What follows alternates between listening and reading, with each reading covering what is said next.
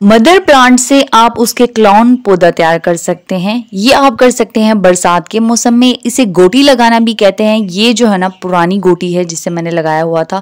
अब तकरीबन इसका जो शॉपर है वो भी जो है ना ख़त्म होने वाला है। तो अब इसे देखते हैं अंदर से कि इसमें कितनी सारी रूट्स आई हैं। और ये एक ऐसा पौधा होगा जो सेम वक्त में जो है ना फ्रूटिंग भी करेगा। और चूँकि ये मदर ब्रांच से बना है इस वजह से इस पर काफ़ी अच्छे से फ्रूटिंग होगी और जो है ना इसमें फ्लावरिंग और फ्रूटिंग की कमी नहीं होगी। एक बात का आपने ख्याल रखना है कि इसमें अगर कोई फ्रूट लगे होंगे तो उस शाख में से वो फ्रूट हटाने हैं और कुछ शाखें कम करनी है। जितनी रूट्स होंगी उसके हिसाब से आपने ऊपर से पौधे को देखना है और कुछ ना कुछ इसकी कटिंग करना बहुत ज़रूरी है। 1 से 2 महीने में ये गोटी बनकर तैयार होती है। जैसे कि आप लोगों को पता है कि बरसात है और हम बात कर रहे हैं एयर लेयरिंग के टॉपिक पर, मतलब गोटी बांधना। तो मैंने बहुत सारे पौधों पर गोटी बांधी है, ठीक है। इसकी नाकामी की भी बहुत सारी वजूहात होती हैं। अगर हम किसी चीज़ की नाकामी के बारे में जान लें तो इसकी कामयाबी के चांसेस ज़्यादा हो जाते हैं। नंबर 1 तो आपने कोई भी घास फूस पौधे के साथ नहीं बांधना, ठीक है।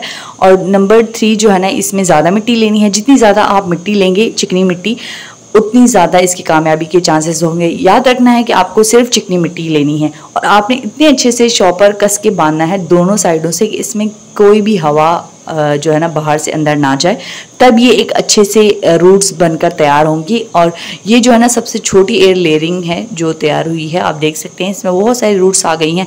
और एयर लेयरिंग को जल्दी ना उतारना, ठीक है। एयर लेयरिंग में तकरीबन जो है ना 2 से 3 महीने लग जाते हैं। तो इसे जो है ना आपने रहने देना है पौधे पर। एयर लेयरिंग के बहुत सारे फ़वायद होते हैं। मसलन जिस पौधे पर एयर लेयरिंग लगी होती है उसमें ज़्यादा से ज़्यादा फ्रूटिंग होना शुरू हो जाती है, ठीक है। बरसात के मौसम में एयर लेयरिंग तेज़ी से जो है ना ग्रोथ पकड़ती है। एयर लेयरिंग नाकाम होने की एक वजह एलोवेरा के जेल का ना लगाना है पौधे पर। एलोवेरा बैक्टीरिया को रोकता है और ये रूट बनाने में बहुत ज़्यादा मदद करता है। सो कटिंग लगाएं या एयर लेयरिंग लगाएं, एलोवेरा के पौधे का इस्तेमाल आपने लाजमन करना है, वरना भूल जाएं कि आपको एयर लेयरिंग में कामयाबी मिलेगी, ठीक है। ये देख सकते हैं इस तरीके से शॉपर लेना है, इस तरीके से कट लगाना है। चारों तरफ से ये कटा होना चाहिए।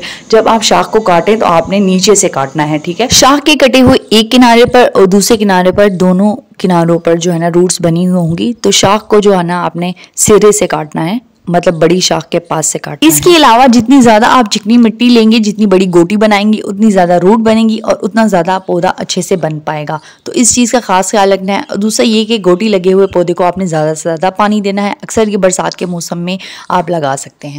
लोगों में एक बात मशहूर है कि पैसों वाली ये जो बेल है, अगर इसकी कटिंग चोरी करके लगाई जाए तो ये काफी अच्छे से ग्रो होती है। लेकिन यकीन माने ये सिर्फ बात ही है, इसमें कोई भी हकीकत नहीं होती और चोरी करना वैसे भी बहुत ज्यादा बुरी बात है। चलो पैसों वाली इस बेल को लगाते हैं मुफ्त के गमले में। इस प्लांट को लोग इतनी इज्जत देते हैं जितनी ससुराल में दामाद को दी जाती है, और मैं हैरान होती हूँ कि इतनी इज्जत इसे क्यों दी जाती है। वैसे ये हर घर में पाई जाती है। इसीलिए इस प्लांट को इस तरह की मिट्टी में लगाते हैं जो काफी ज्यादा नरम हो, ठीक है, और जिसमें पानी भी खड़ा होता हो, कोई मसला नहीं है। इसे चिकनी मिट्टी में आप लगा सकते हैं।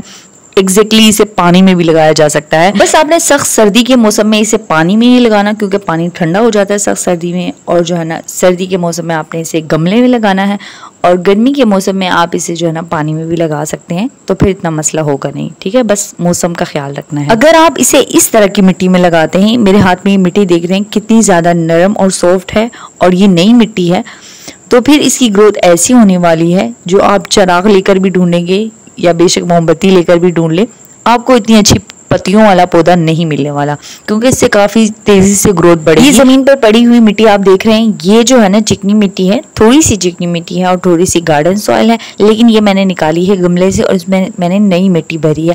जब भी आप कटिंग्स नई लगा रहे होते हैं तब आपने पहले कटिंग को अच्छी तरीके से धोना है, ठीक है, और इसे हो सके तो 1 घंटे पानी में रखना है और उसके बाद इसे नई मिट्टी में लगाना है, ठीक है।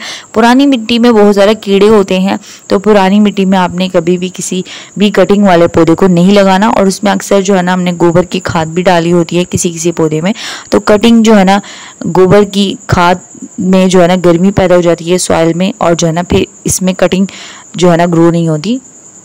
बेसिकली जो कटिंग ग्रो होती है वो जो है ना ठंडी इन्वायरमेंट में ग्रो होती है, ठीक है, उसे शेडी एरिया में रखना पड़ता है। और ये इस पौधे को वैसे भी बहुत ज़्यादा शेडी एरिया पसंद है और ये ऑफिस में और घर के अंदर वाले हिस्सों में रखा जाता है, लेकिन हब्स वाली जगह से बिल्कुल भी नहीं रखना। आप चाहें तो इसे हैंगिंग पॉट्स में लगा सकते हैं। जितने बड़े पॉट में आप इसे लगाएंगे उतनी ज़्यादा ही घनी होती रहेगी, ठीक है। और इस बेल की कटिंग लगाते वक्त जो है ना अपने गोल गोल शेप में जो है ना लगाना है पौधे को। इसे गोल गोल रोल करना है और इसे मिट्टी में दबा देना है। इस तरीके से बहुत सारे पौधे बनेंगे इससे। धूप वाली जगह इस पौधे को कभी भी नहीं रखना, इसे हमेशा शेडी एरिया में रखते हैं और इसे जो है ना अंदर की तरफ घर पे रखना है, बाहर और हब्स वाली जगह पे इसे नहीं रखना।